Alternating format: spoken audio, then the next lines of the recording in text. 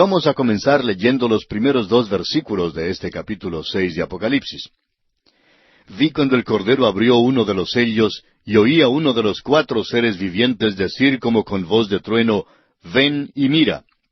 Y miré, y he aquí un caballo blanco, y el que lo montaba tenía un arco, y le fue dada una corona, y salió venciendo y para vencer. Como hemos dicho en nuestro programa anterior, el anticristo no aparece como un villano.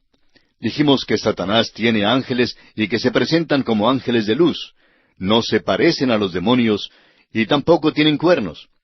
El anticristo vendrá como el hombre de mayor atracción que el mundo haya visto hasta ahora en su historia. Y decimos esto porque cuando el Señor Jesucristo vino a la tierra, los hombres no le vieron, como no le ven tampoco hoy. Sin embargo, los hombres aceptarán al anticristo porque él vendrá en su propio nombre. La opinión de que el jinete sobre el caballo blanco es el anticristo parece satisfacer de una manera más completa las demandas del texto. Cuando Cristo venga sobre un caballo blanco, como se menciona en el capítulo 19 de Apocalipsis, seguirá el milenio. Pero este jinete aquí inicia el período de la gran tribulación y no el milenio. Nosotros opinamos que este jinete es el pequeño cuerno que se menciona allá en el capítulo 7 de Daniel, que es identificado como el hombre de pecado, la bestia de Apocalipsis capítulo 13, ese gobernante del ya restaurado imperio romano y el último de los dictadores mundiales. Llega al poder introduciendo una paz falsa.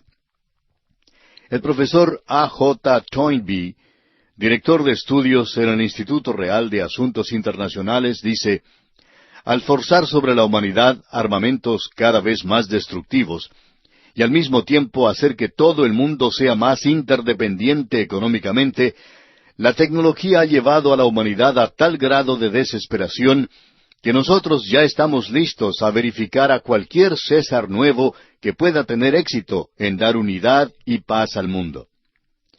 Y el apóstol Pablo en su primera epístola a los Tesalonicenses, capítulo 5, versículo 3, dice, cuando digan paz y seguridad, entonces vendrá sobre ellos destrucción repentina, como los dolores a la mujer encinta, y no escaparán. G. K. Chesterton, por su parte, declara, una de las paradojas de esta edad es que es la edad del pacifismo y no la edad de la paz. Ahora, cuando el anticristo llegue al poder, él va a hablar de paz. Y el mundo creerá que está entrando al milenio cuando en realidad está entrando al período de la gran tribulación. La gran tribulación entra como un cordero, pero sale como un león. Esa es la gran mentira que el mundo va a creer. Ahora, este jinete no puede ser Cristo, ya que tenemos a Cristo como al cordero en medio del trono. Él es el león de la tribu de Judá y la raíz de David. Y él está dirigiendo estos hechos desde el cielo, y está dándole las órdenes a estos 4 jinetes que saldrán. A Cristo se le identifica claramente allá en el capítulo 19 de Apocalipsis, mientras que aquí la identidad es bastante oscura, por cierto, lo que nos sugiere, según opinamos nosotros, que éste no es Cristo, sino una imitación de él.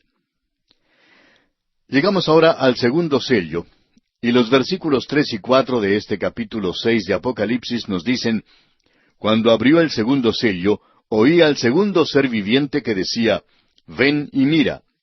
Y salió otro caballo bermejo, y al que lo montaba le fue dado poder de quitar de la tierra la paz, y que se matasen unos a otros, y se le dio una gran espada. El primer jinete no podía ser Cristo, ¿no le parece? Porque cuando Él traiga paz a esta tierra, va a ser una paz permanente. Y esta es una paz, según vemos aquí, que no dura mucho. Inmediatamente después del primer caballo, llamado el caballo blanco, sale un caballo bermejo de guerra sobre la tierra. Usted se puede dar cuenta entonces que la paz que el jinete del caballo blanco trajo a la tierra era algo temporal, algo falso. El anticristo se presenta a sí mismo como un gobernante que trae paz al mundo.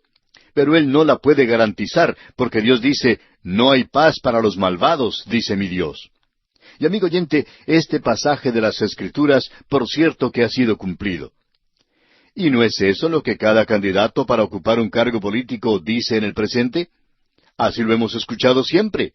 Siempre prometen que el país permanecerá gozando de paz, que no habrá luchas. Sin embargo, aunque eso no suceda, siempre siguen prometiendo que ellos van a traer la paz. Amigo oyente, estamos tan lejos de la paz como nunca en el presente. Parecería que aún hoy se estuvieran formando las nubes tormentosas de la Tercera Guerra Mundial. Así es que el anticristo era algo falso y no trajo la paz. Porque aquí sale este caballo bermejo de guerra a recorrer la tierra, y esta será una verdadera guerra mundial. No nos diga, amigo oyente, que esto ya ha sido cumplido, porque no ha sido así. Aquí estamos hablando en cuanto al futuro. Ahora el versículo 5 comienza diciendo, Cuando abrió el tercer sello, oí al tercer ser viviente que decía, Ven y mira. Y miré. Él dice aquí que él miró. Quiere estar seguro de que nosotros notemos esto. Esto es como si fuera televisión, amigo oyente. Y la segunda parte del versículo 5 y también el versículo 6 nos dicen, Y he aquí un caballo negro, y el que lo montaba tenía una balanza en la mano. Y oí una voz de en medio de los 4 seres vivientes que decía, 2 libras de trigo por 1 denario, y 6 libras de cebada por 1 denario, pero no dañes el aceite ni el vino. El color de este caballo negro nos habla de luto. Usted puede ver que esto se utiliza en el Antiguo Testamento. No vamos a dedicar tiempo para mirar esto, pero si usted quiere hacerlo, puede ver lo que dice Jeremías capítulo 4, versículo 28, y Malaquías capítulo 3, versículo 14. Y tal vez mencioné estas dos porciones demasiado rápido, así es que voy a repetirlo para que usted lo anote si tiene lápiz y papel. Jeremías capítulo 4, versículo 28. Y Malaquías capítulo 3, versículo 14. Usted verá que allí se habla del color negro como de luto, y también habla de hambre. Esto lo encontramos en un libro del Antiguo Testamento, escrito también por Jeremías. Lo llamamos Lamentaciones. Y en el capítulo 4 del libro de Lamentaciones, versículo 8, leemos, Oscuro más que la negrura es su aspecto, no los conocen por las calles, su piel está pegada a sus huesos, seca como un palo. Esto habla del hambre. El caballo negro habla de una hambruna que tiene que venir sobre la tierra, un hambre mundial, y ese es el cuadro que tenemos. Y siempre después de la guerra hay falta de comida, falta de alimentos. Observemos esto por un momento, amigo oyente. El historiador griego Heródoto habla de una medida de cebada o de trigo, que era el consumo diario promedio del trabajador. Esa era la comida que recibía el soldado, y 1 denario era una moneda romana que equivalía al salario por 1 día de trabajo. Así es que el trabajador no podía mantener a su familia en aquel día. Él podía tener lo suficiente como para sí mismo si era soldado, pero no podría mantener a su familia. El aceite y el vino son lujos que son disfrutados por los ricos. Ellos obtienen todo el licor que quieren, aún durante la guerra. El aceite es correspondiente con lo que en nuestra época conocemos como los artículos de tocador, todas esas cosas que ayudan a la belleza en el día presente. Esos son lujos de la vida. El vino corresponde al licor que estará presente en abundancia. Esto es algo interesante, amigo oyente. No hay suficiente comida, no hay suficiente cebada, pero hay suficiente como para hacer licor, y lo harán en aquel día, y los ricos serán los que lo podrán obtener. Hablando honradamente, amigo oyente, durante la Segunda Guerra Mundial, los ricos en su gran mayoría podían obtener carne. Ellos podían obtener los lujos de la vida. Los ricos siempre pueden obtener lo mejor de la carne, mientras que los pobres tienen que conformarse con lo que no es tan apetecible, como la lengua, digamos. Y hubo personas en época de guerra que se cansaron de comer lengua porque eso era lo único que se podía obtener. Eso no era racionado. Y podemos ver que las cosas en este día futuro del cual se habla aquí no van a cambiar. Los ricos van a poder recibir las cosas que quieren, pero los pobres no van a poder recibir las suyas. Así es como ha sido en el pasado también. Y es así como lo será en el futuro.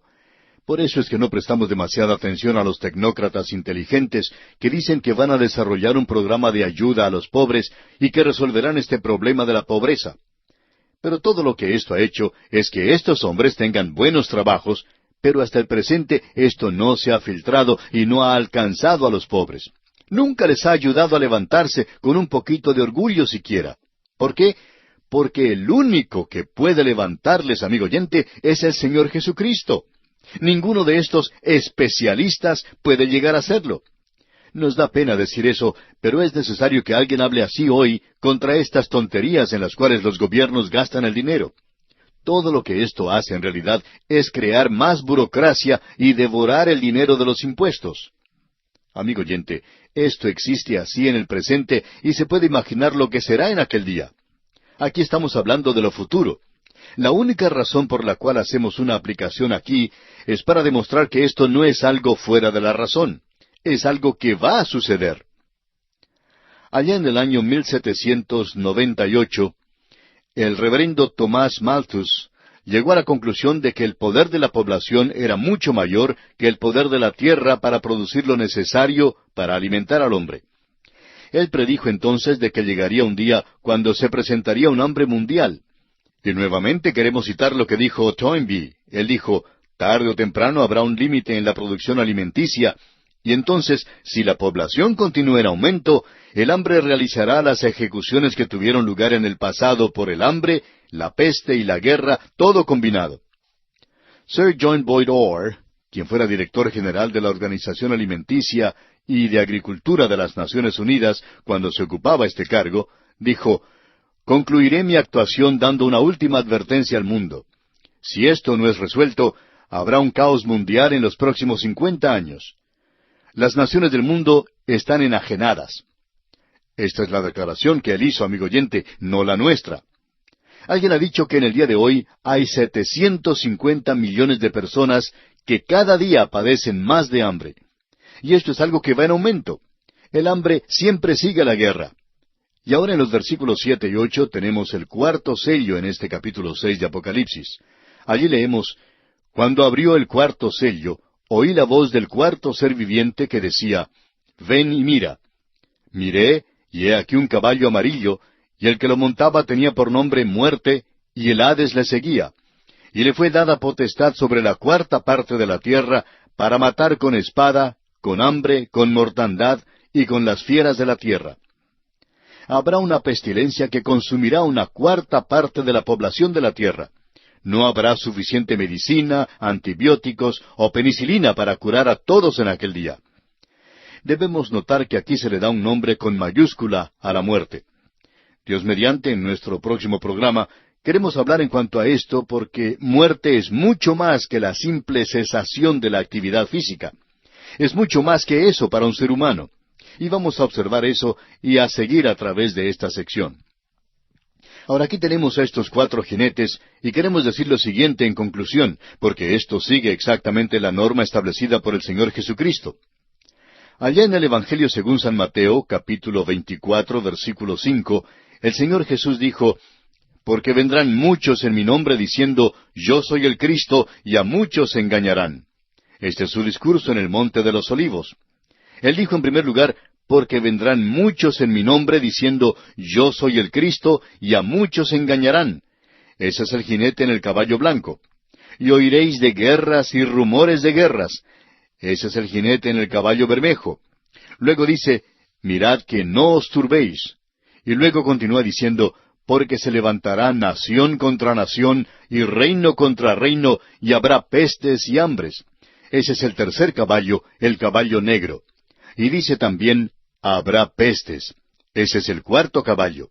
Y terremotos en diferentes lugares, y todo esto será principio de dolores. Es el comienzo del período de la gran tribulación. El Señor Jesucristo dijo exactamente lo mismo en su discurso del Monte de los Olivos. Veamos entonces lo que nos dicen los versículos 7 y 8 de este capítulo 6 de Apocalipsis. Cuando abrió el cuarto sello, oí la voz del cuarto ser viviente que decía, ven y mira. Miré, y he aquí un caballo amarillo, y el que lo montaba tenía por nombre Muerte, y el Hades le seguía.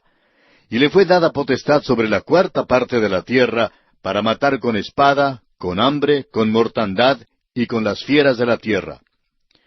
Cuando estos jinetes salen, aparentemente una cuarta parte de la población de la tierra es destruida por este juicio que viene sobre ella.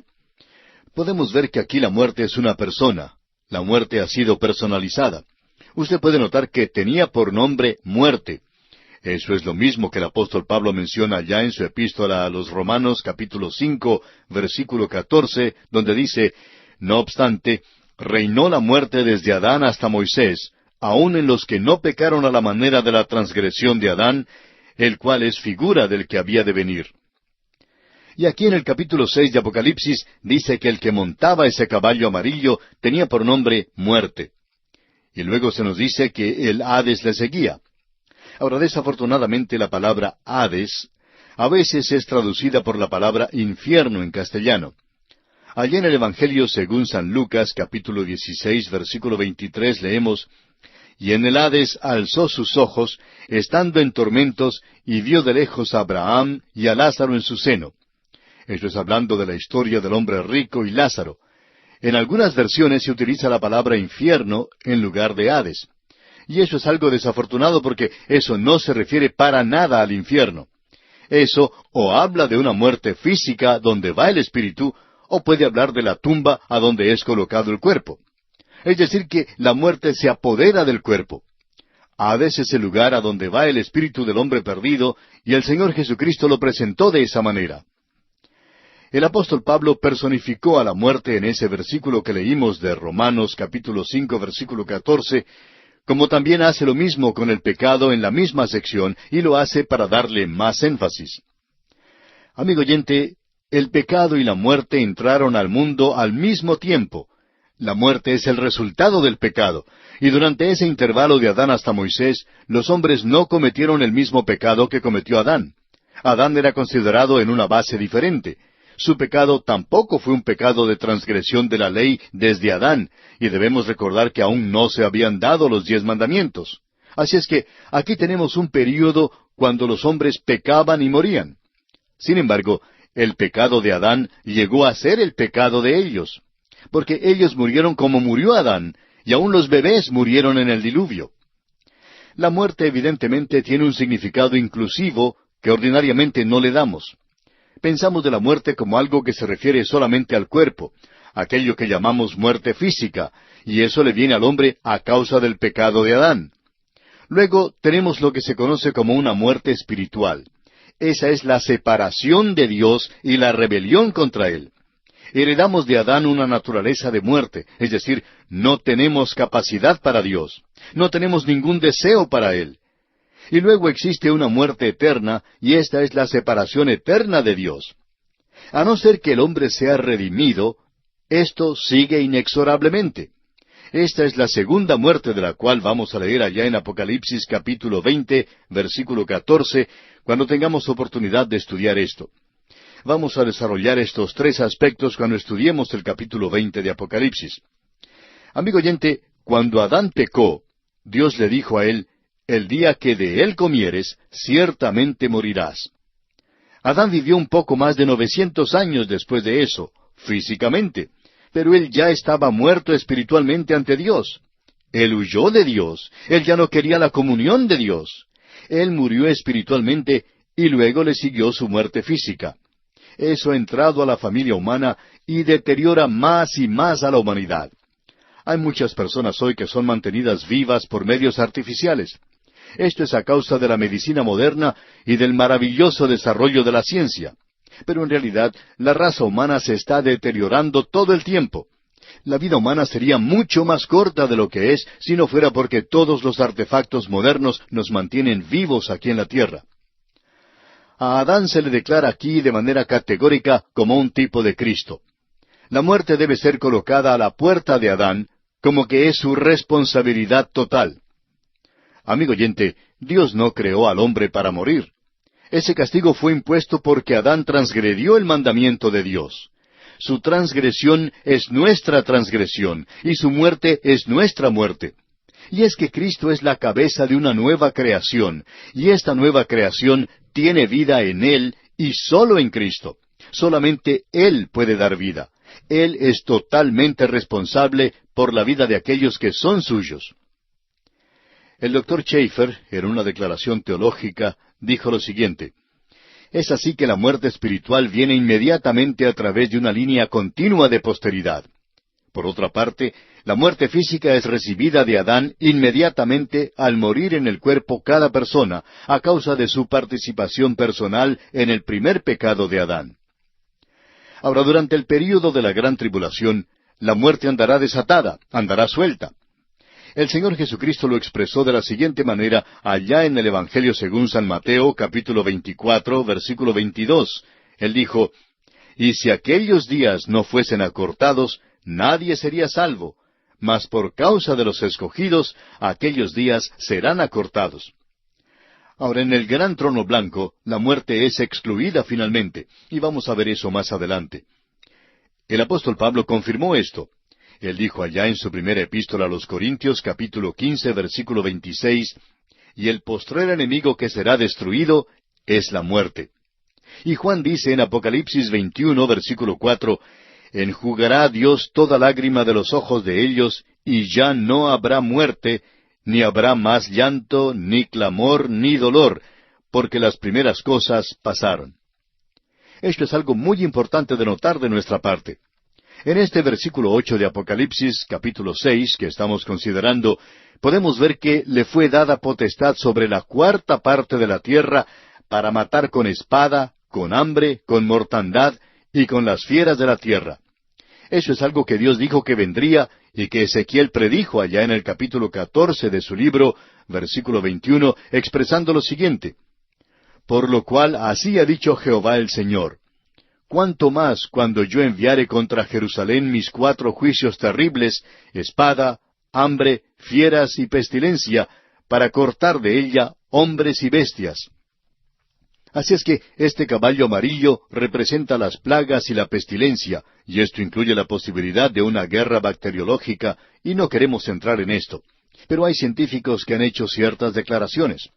Uno de ellos, el doctor Frank Holtman, por ejemplo, de la Universidad de Tennessee en los Estados Unidos, dijo, «Mientras la mayor parte de la población de una ciudad puede ser destruida por una bomba atómica, el método bacteriológico puede destruir fácilmente toda la población en el lapso de una semana». Bien, con esto llegamos al quinto sello, y queremos leer lo que nos dicen los versículos 9 y 10. Ya ha salido el cuarto jinete, y aquí tenemos la oración del remanente que ha sido martirizado. Aparentemente, aquellos que fueron muertos en la gran tribulación parecen ser primordialmente los que se nos presenta aquí. Ahora, siempre hemos pensado que esto incluía a todos los santos del Antiguo Testamento. Leamos los versículos 9 y 10 de este capítulo 6 de Apocalipsis, que dicen, «Cuando abrió el quinto sello, vi bajo el altar las almas de los que habían sido muertos por causa de la palabra de Dios y por el testimonio que tenían. Y clamaban a gran voz diciendo, ¿Hasta cuándo, Señor, santo y verdadero, no juzgas y vengas nuestra sangre en los que moran en la tierra?» Ahora este altar se encuentra en el cielo y es evidentemente el lugar donde Cristo ofreció su sangre por los pecados del mundo. Usted sabe que nuestra posición es que en el cielo se presenta literalmente la sangre. Podemos confirmar esto con lo que nos dice el escritor a los Hebreos en el capítulo 9 de su epístola, versículos 23 y 24, cuando dice, «Fue pues necesario que las figuras de las cosas celestiales fuesen purificadas así, pero las cosas celestiales mismas con mejores sacrificios que éstos. Porque no entró Cristo en el santuario hecho de mano, figura del verdadero, sino en el cielo mismo, para presentarse ahora por nosotros ante Dios». Así es que aquí tenemos a los santos del Antiguo Testamento. El Señor Jesucristo indicó que la sangre de todos los profetas que había sido derramada desde la fundación del mundo iba a ser requerida de esta generación, desde la sangre de Abel hasta la sangre de Zacarías. Con esto es incluida la sangre de aquellos muertos durante el período de la gran tribulación, porque ya hemos visto que 1/4 de la población ha sido destruida. Los mencionados entonces, en este versículo, se apoyan en lo establecido en el Antiguo Testamento y están en terreno firme, y solo están reclamando justicia en base a la ley santa de Dios. Ahora el versículo 11 de este capítulo 6 de Apocalipsis dice, «Y se les dieron vestiduras blancas, y se les dijo que descansasen todavía un poco de tiempo, hasta que se completara el número de sus consiervos y sus hermanos, que también habían de ser muertos como ellos». Es decir, que todos los santos de la tribulación serán incluidos en la segunda resurrección. Y con esto llegamos a la apertura del sexto sello. Y aquí tenemos el gran día de la ira de Dios. Esto es evidentemente el principio de la última mitad del período de la gran tribulación. Aquí haremos una división más adelante.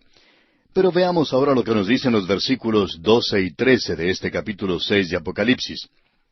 Miré cuando abrió el sexto sello, y he aquí hubo un gran terremoto, y el sol se puso negro como tela de cilicio, y la luna se volvió toda como sangre, y las estrellas del cielo cayeron sobre la tierra, como la higuera deja caer sus higos cuando es sacudida por un fuerte viento. Tenemos ante nosotros el gran día de su ira. Comienza con estos grandes hechos en los cielos. Es decir, que al principio de la gran tribulación suceden todos estos eventos, y aquí tenemos también estos hechos al fin del período de la gran tribulación.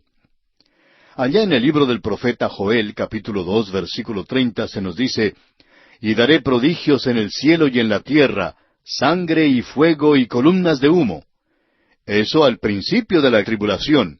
Y Joel, capítulo 3, versículos 9 al 17, nos hablan del fin. Ya hemos visto esto con anterioridad. El hecho de que en el presente haya un aumento de terremotos no es cumplimiento de esto. Esto tendrá lugar en el período de la gran tribulación. Pero lo interesante de notar es que los terremotos en el pasado han dado muerte a gran cantidad de personas en la tierra.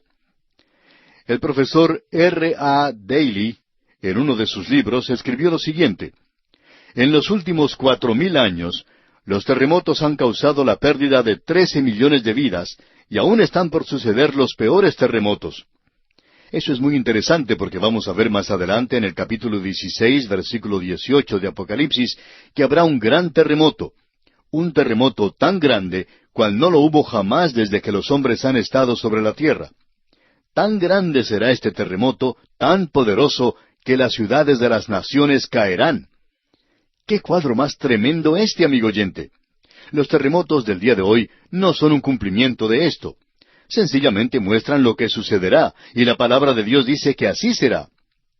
Ahora el versículo 14 de este capítulo 6 de Apocalipsis dice, «Y el cielo se desvaneció como un pergamino que se enrolla, y todo monte y toda isla se removió de su lugar». Creemos que esto ha sido tomado muy literalmente. Tenemos que lo mismo se expresa ya en el libro del profeta Nahum, capítulo 1, versículo 5, y lo veremos nuevamente en Apocalipsis, capítulo 20, versículo 11.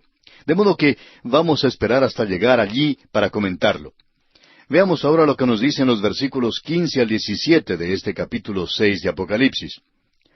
«Y los reyes de la tierra, y los grandes, los ricos, los capitanes, los poderosos, y todo siervo y todo libre, se escondieron en las cuevas y entre las peñas de los montes, y decían a los montes y a las peñas, Caed sobre nosotros, y escondednos del rostro de aquel que está sentado sobre el trono, y de la ira del Cordero, porque el gran día de su ira ha llegado, ¿y quién podrá sostenerse en pie?». Aquí tenemos algo muy interesante. Aquí tenemos a gente en la tierra que está rogándole a los montes y a las peñas que caigan sobre ellos, porque quieren ocultarse. ¿De quién? De la ira del Cordero. Este es el gran día de la ira de Dios. Pero ahora hemos llegado a una declaración interesante, la ira del Cordero. La ira de Dios es aquel día, el día de Jehová, aquel día que hemos visto a través de todo el Antiguo Testamento, es decir, los profetas del Antiguo Testamento. Ese día que se aproxima sobre la tierra aún está en el futuro. Y aquí se nos dice que es la ira del Cordero. Esta es una declaración un poco extraña. La Biblia está llena de paradojas, y estamos seguros que usted ya ha descubierto que hay abundancia de ellas en las Escrituras. Alguien puede preguntar, ¿qué es una paradoja? Bueno, la definición de una paradoja es tener a dos médicos en una conferencia. Pueden ser un par de médicos, pero existe una diferencia. Es una proposición que es contraria a la opinión recibida, es decir, aquello que parece ser contradictorio. Superficialmente, las declaraciones parecen ser contradictorias, pero bajo un examen más profundo se revela que es algo objetivo basado en los hechos. Aquí tenemos varias de estas paradojas. Mientras más lejos está un objeto de usted, más aumenta su tamaño. Usted sabe que eso no es cierto, pero sí lo es. Cuando un globo sube en el aire, parece ser más pequeño al ojo, pero el globo estaba aumentando de tamaño al elevarse en la atmósfera porque ésta no es tan densa. Ahora aquí tenemos otra paradoja. El agua sube la montaña en el Parque Nacional Sequoia en los Estados Unidos. Usted puede decir que no cree esto, pero así sucede. Gran cantidad de agua sube la montaña y esto es realmente una paradoja.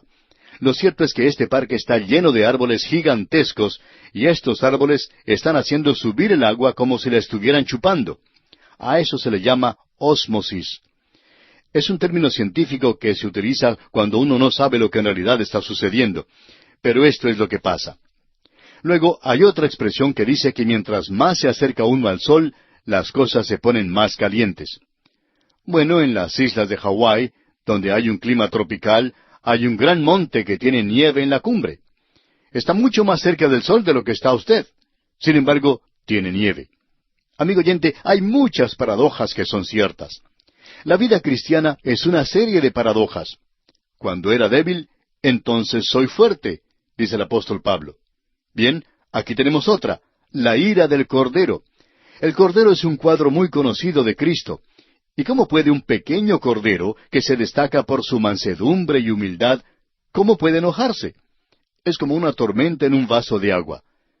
Pero notemos esto, desde los días de Abel hasta los de Juan el Bautista, el Señor Jesucristo se le muestra como un cordero. Juan dice, Él es el cordero que fue inmolado desde el principio del mundo. En otras palabras, Dios no eligió al cordero porque poseía las características de Cristo, ni su aspecto sacrificial. Dios creó un animal para representar a Cristo, y ese pequeño cordero era el animal. Es una razón por la cual Dios le creó. Porque Cristo es el cordero inmolado desde antes de la fundación del mundo, antes de que hubiera sido creado el cordero. Él tiene las cualidades de un cordero. Él es manso. Venid a mí todos los que estáis trabajados y cargados. Él dice, yo soy manso y humilde. Él demostró mansedumbre. Dejad a los niños venir a mí, dice. Él era inofensivo. Estamos seguros de que usted nunca ha visto un cartel que diga, cuidado con el cordero. Pero, en cambio, sí ha visto carteles que digan, cuidado con el perro, ¿verdad? Pero no con un cordero. Él era inofensivo. Él era manso. Cristo lavó los pies de los discípulos. Y aquí tenemos algo tremendo. Aquí tenemos una vida destacada por su encanto. Su vida era como el perfume de una flor hermosa y frágil. Su venida fue una doxología. Su estadía fue una bendición, y también lo fue su partida. Hasta el mundo incrédulo se vio fascinado por su vida. Ahora el Cordero destaca este sacrificio. Abraham dijo, Dios proveerá de cordero. Y Dios se proveyó a sí mismo de un cordero. ¿Y qué podemos decir en cuanto a la ira? Bueno, esto es algo extraño, aun para la persona de Dios, ¿no le parece? Dios ama lo bueno. Él aborrece el mal. Él no aborrece como usted y yo lo hacemos. Él no es vengativo. Dios es justo. Dios es santo. Y Él aborrece aquello que es contrario a Él. Él se llama a sí mismo Jehová. Él es un hombre de guerra. Él es fuerte y poderoso. Él es poderoso en la batalla. El Evangelio revela la ira de Dios. El apóstol Pablo dijo, la ira de Dios se revela desde el cielo. Usted puede observar a este mundo en el que vivimos, amigo oyente. Revela la ira de Dios, el juicio de Dios. Es como el mezclar fuego y agua, el traer la ira y el cordero juntos. Toda la furia de la ira de Dios se revela en el cordero. Amigo oyente, cuando Él estuvo aquí, hizo un látigo y con él expulsó a los cambiadores de dinero del templo. ¿Estaba aparentando algo nada más? No, amigo oyente. Él llamó a los líderes religiosos una generación de víboras. Él maldijo a la higuera también. Él dijo, ¡ay de ti, Corazín! ¡Ay de ti, Betsaida! Cristo rechazó a Jerusalén, pero tenía lágrimas en sus ojos. Y Él aún controla las fuerzas de la naturaleza, las utiliza en juicio. Dios ha declarado guerra contra el pecado. Y decimos, bendito sea su nombre.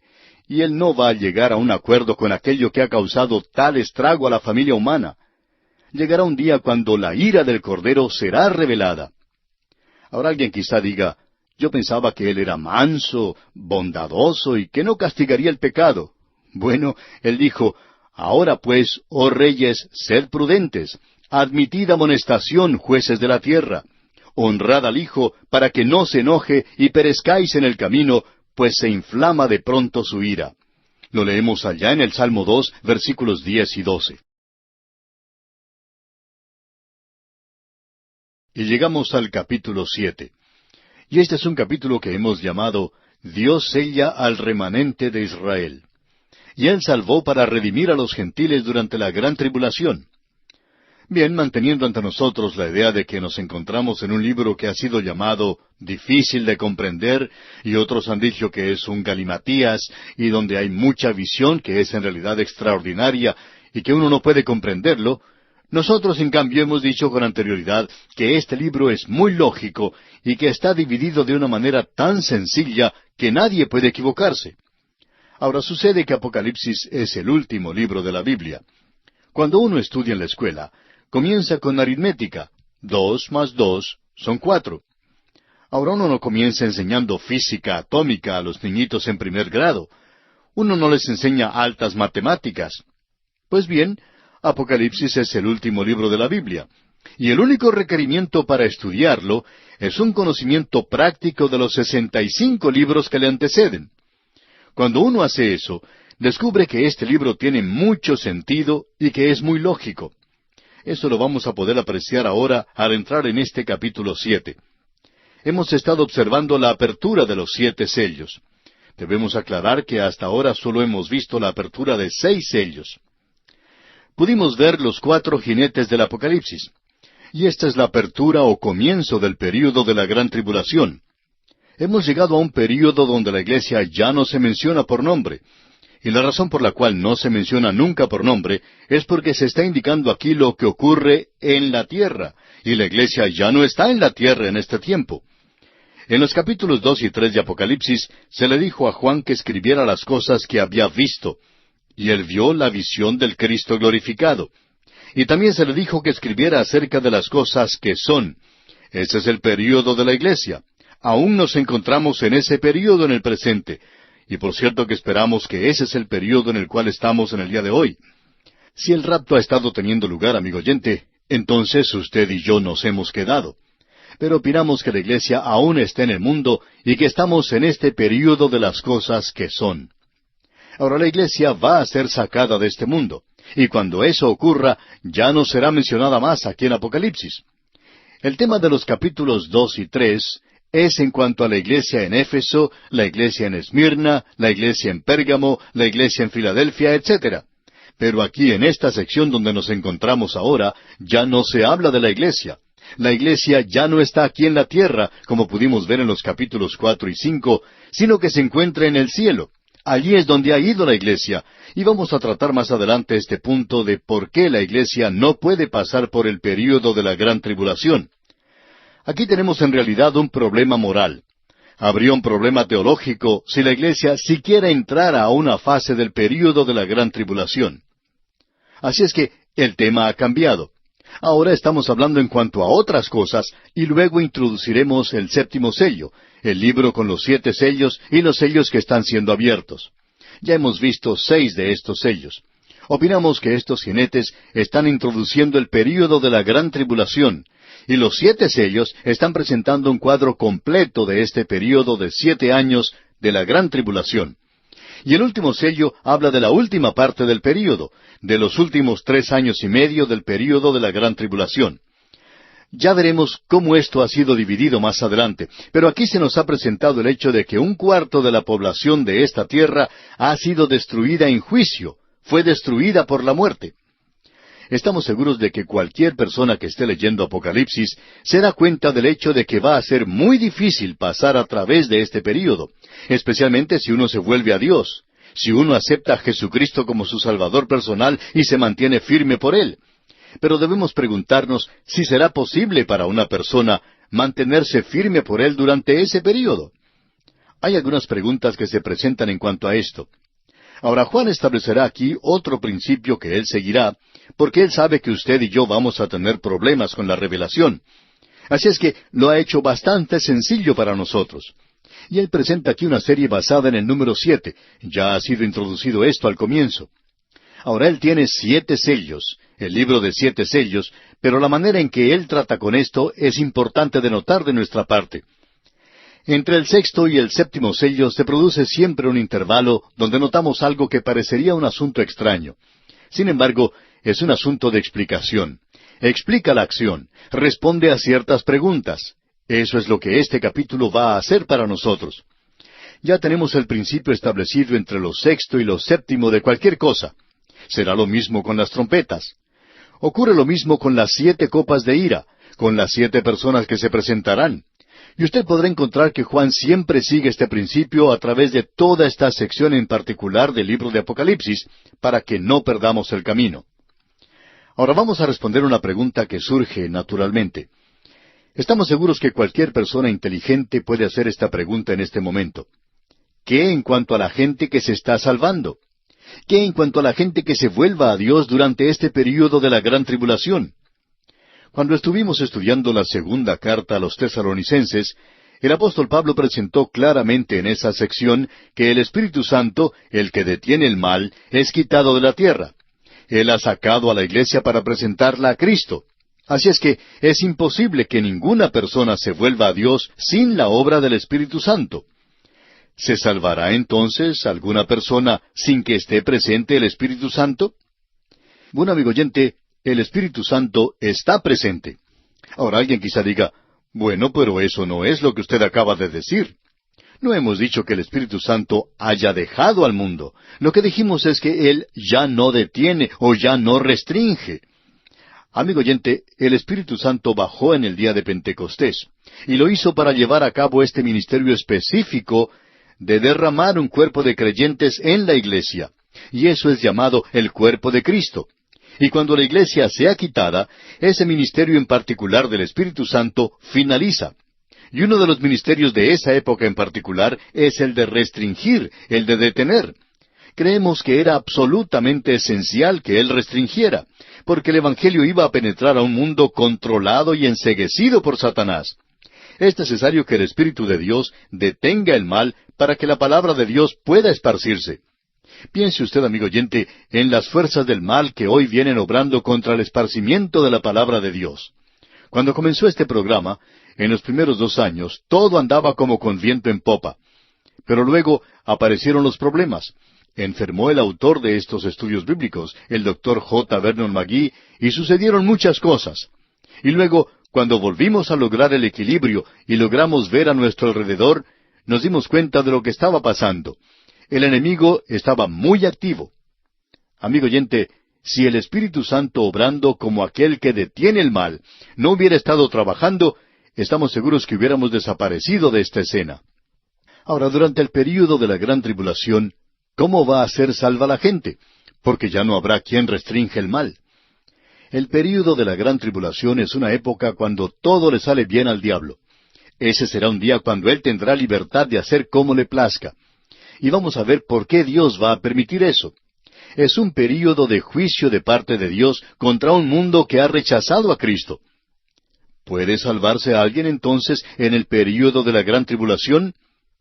Amigo oyente, creemos que en este período de 7 años habrá más personas que se salven que en cualquier otro período de la historia. Ahora alguien quizá pregunte, ¿cómo es que va a suceder eso? Bueno, el capítulo 7 de Apocalipsis nos dirá eso. El Espíritu Santo está en el mundo. Él estuvo en el mundo antes de Pentecostés. Usted encuentra al Espíritu de Dios obrando en el Antiguo Testamento, en los corazones y vidas de hombres y mujeres. Multitudes fueron llevadas a Dios. Pero Él no estaba deteniendo o restringiendo o impidiendo el mal en el mundo. Y Él no estaba bautizando a los creyentes en el cuerpo de la iglesia en el Antiguo Testamento. Eso es lo que está haciendo en el día de hoy. Ese ministerio cesará entonces. Pero Él aún está en esta tarea de llevar a hombres y mujeres a Cristo.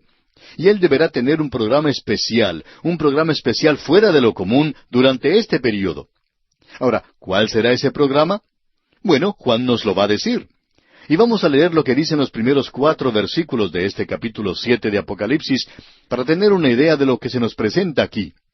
Los primeros 4 versículos de Apocalipsis, capítulo 7, dicen: Después de esto vi a 4 ángeles en pie sobre los 4 ángulos de la tierra, que detenían los 4 vientos de la tierra, para que no soplase viento alguno sobre la tierra, ni sobre el mar, ni sobre ningún árbol. Vi también a otro ángel que subía de donde sale el sol, y tenía el sello del Dios vivo. Y clamó a gran voz a los 4 ángeles, a quienes se les había dado el poder de hacer daño a la tierra y al mar, diciendo, No hagáis daño a la tierra, ni al mar, ni a los árboles, hasta que hayamos sellado en sus frentes a los siervos de nuestro Dios. Y oí el número de los sellados, 144,000 sellados de todas las tribus de los hijos de Israel. Esa cantidad mencionada es de la nación de Israel, pero ya vamos a ver que de la tierra habrá un número de las naciones gentiles que uno ni siquiera puede contar, ya que habrá tantos que serán salvos de entre ellos. Podemos notar que muchos evangelistas en el día de hoy y muchos predicadores son capaces de presentar el número o cantidad de personas, y muchos quizá presentan una cantidad un poquito mayor de lo que es en realidad. Pero aquí tenemos una multitud que no se podía contar. Y nos agradaría saber dónde está el predicador o aquel evangelista que puede contarlos en el presente. Aparentemente, en el período de la gran tribulación habrá una gran cantidad que van a ser salvos. Ahora, ¿cómo van a ser salvos? Van a ser sellados. ¿Y cómo serán sellados? El Espíritu Santo estará allí, no solo para regenerarlos, sino que Él tendrá un ministerio especial en ese período para sellarlos. ¿Y qué es un sello? Bueno, eso garantiza que ellos serán entregados. Amigo oyente, usted puede ir a la oficina de correos y decir que quiere registrar o certificar una carta. Allí se le pone un sello y uno tiene que pagar un poquito más por eso. Ahora, ¿quiere decir que todo el departamento de correos va a estar detrás de esa carta para ser entregada? Bueno, quizás se demore un poquito, pero ellos garantizan que esa carta va a ser entregada. Ahora, eso es lo que quiere decir sellado. El Espíritu Santo garantiza que ellos podrán pasar a través del período de la gran tribulación. Y si Él no estuviera allí para sellarlos, entonces ellos no podrían pasar por ese período. Amigo oyente, hablando francamente, debemos decirle que nosotros tampoco podríamos pasar hoy si no fuera por el Espíritu Santo. Nos preguntamos si nos damos cuenta de lo débiles que somos. Amigo oyente, nosotros podríamos negarle a Él antes de que se ponga el sol, si no fuera por su obra. Todos tenemos esta naturaleza que está en rebelión contra Dios. Así es que esta gente va a ser sellada. Eso es lo que acabamos de oír. Amigo oyente, usted puede notar que aquí tenemos un interludio antes que se abra el 7º sello. Aquí tenemos a un ángel y quizá es un poquito más que un sargento, quizá sea un teniente coronel o aún un general. Él dio la orden de que se detuviera todo, que se detuvieran los vientos del juicio, los vientos del período de la gran tribulación, porque era necesario sellar a esta gente. De otra manera, no lograrían pasar por ese período. Y habrá 2 grandes multitudes de la nación de Israel y de las naciones gentiles. Ahora alguien quizá pregunte, ¿dónde está la iglesia? Bueno, amigo oyente, le acabamos de decir que la iglesia no está aquí. Se encuentra con Cristo, y creemos que en la Nueva Jerusalén, porque Él dijo que iba a preparar un lugar para aquellos que eran suyos, y ahora los ha sacado de esta tierra y están con Él. Y esa ciudad descenderá de Dios más adelante y vamos a poder verla. Vamos a dedicar bastante tiempo a esto, porque allí es donde nosotros vamos a pasar a través de toda la eternidad. Y es bueno, y siempre nos ha gustado saber a dónde es que vamos a ir a vivir. No sabemos por qué, pero hay muchos santos hoy que hablan de ir al cielo y ni siquiera tienen una idea del lugar donde van a ir. Bueno, debemos decir que la Biblia en realidad no nos dice mucho en cuanto a esto, pero hay algo que nos dice, y es muy interesante y muy importante. Todo eso lo tenemos aquí en el libro de Apocalipsis. Esa es la razón por la cual este libro es tan importante. Volvamos ahora a leer lo que nos dice el primer versículo de este capítulo 7 de Apocalipsis. Después de esto, vi a 4 ángeles en pie sobre los 4 ángulos de la tierra, que detenían los 4 vientos de la tierra, para que no soplase viento alguno sobre la tierra, ni sobre el mar, ni sobre ningún árbol. Ahora note usted que dice, después de esto, después de los 4 jinetes del Apocalipsis. Y creemos que aquí se nos ha dado como si fuera una vista panorámica del período de la gran tribulación. Y ahora vamos a ver algunos detalles de esto. Leamos una vez más el versículo 1. Después de esto, vi a 4 ángeles en pie sobre los 4 ángulos de la tierra. En cierta ocasión, uno de los jóvenes que creen que lo saben todo, interrumpió al predicador, el doctor Ironside, cuando él estaba hablando y le dijo, ya había dicho yo con anterioridad que la Biblia no era algo científico. La Biblia enseña que la tierra es plana. ¿Por qué aquí dice que tiene 4 ángulos? El doctor Ironside le contestó a este joven, mi amigo, me sorprende usted. ¿No sabía usted que la tierra tiene 4 ángulos? Y este joven respondió, no. Y agregó, no sabía que la tierra tuviera 4 ángulos. ¿Dónde están? Y el doctor Ironside respondió, norte, sur, oriente y occidente. Esos son los 4 ángulos de la tierra. Y esa es la dirección de esos 4 ángeles. Uno en el norte, uno en el sur, uno en el oriente y uno que está en el occidente. Y continuamos aquí leyendo en este versículo 1 del capítulo 7 de Apocalipsis, que dice, que detenían los 4 vientos de la tierra, para que no soplase viento alguno sobre la tierra, ni sobre el mar, ni sobre ningún árbol. Aquí se refiere a los vientos de juicio. Dios juzga al viento en el juicio, porque lo controla. Dice allá en el Salmo 148, versículo 8, el fuego y el granizo, la nieve y el vapor, el viento de tempestad que ejecuta su palabra. Así es que los vientos del juicio son detenidos, y nada puede moverse hasta cuando Dios logre su propósito. ¿Y cuál será este propósito? No creemos que Dios permitirá que pase algún tiempo en esta tierra sin que haya alguien que se vuelva a Dios, porque ese es su propósito. No creemos que Él permitiría que este mundo continuara. Creemos que lo cerraría, lo apagaría pronunciando una sola palabra, lo dejaría sin existencia si es que no hubiera gente que estuviera volviéndose a Él, que estuviera acudiendo a Dios. Así es que este será un período donde multitudes acudirán a Él.